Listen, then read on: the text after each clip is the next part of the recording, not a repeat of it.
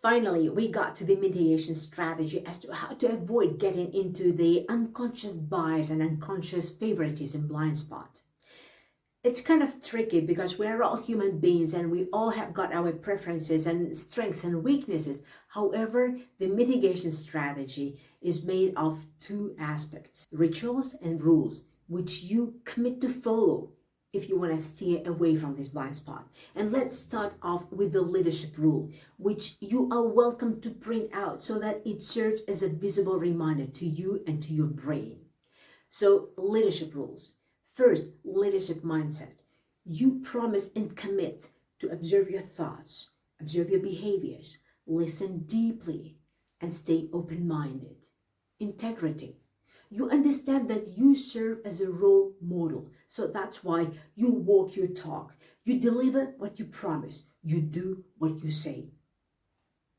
Traits and behaviors. You commit and promise to stay inclusive, compassionate, authentic, and humble.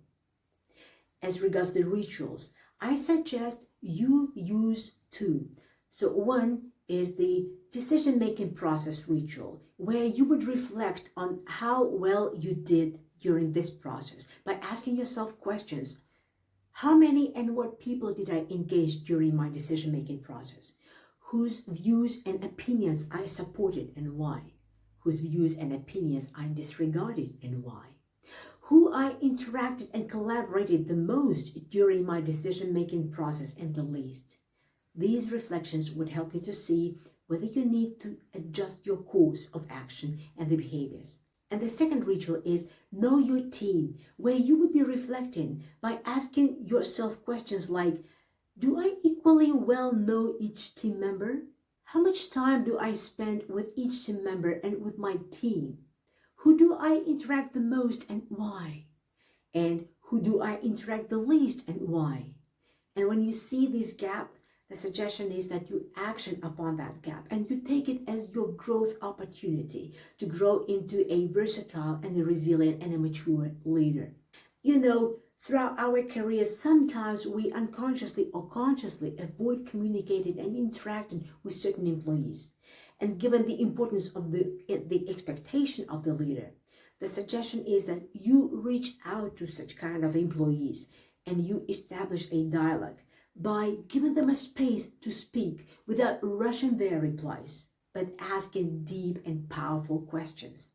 And you might be surprised because people will open up and people will share some information which you even did not expect to hear.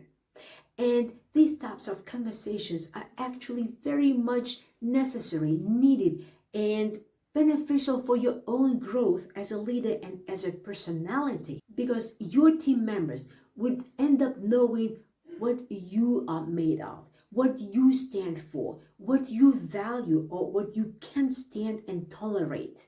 And trust me, this time invested into these types of conversations will be well rewarded and well returned through the appreciation of your team members and through the loyal followership.